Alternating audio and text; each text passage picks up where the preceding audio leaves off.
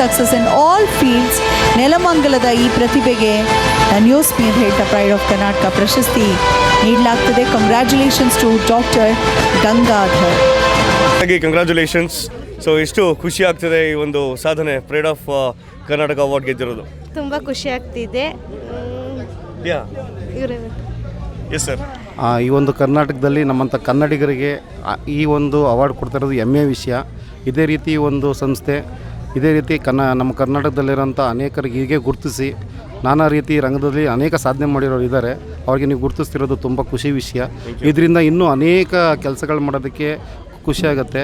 ಇದು ಈಗ ನಾನೇನೇ ಒಂದು ಸಾಧನೆ ಮಾಡಿದ್ರು ಇವತ್ತು ಈ ಒಂದು ಅವಾರ್ಡನ್ನು ನನ್ನ ಮಗಳಾಗಿಗೆ ನಾನು ಇವತ್ತು ನೀಡಿಬಿಟ್ಟಿದ್ದೀನಿ. ಅವಳಿಗೆ ಇದು ಪ್ರೇರಣೆ, ಅವಳಿಗೋಸ್ಕರನೇ ನಾನು ಇದನ್ನು ಡೆಡಿಕೇಶನ್ ಮಾಡ್ತಾಯಿದ್ದೀನಿ.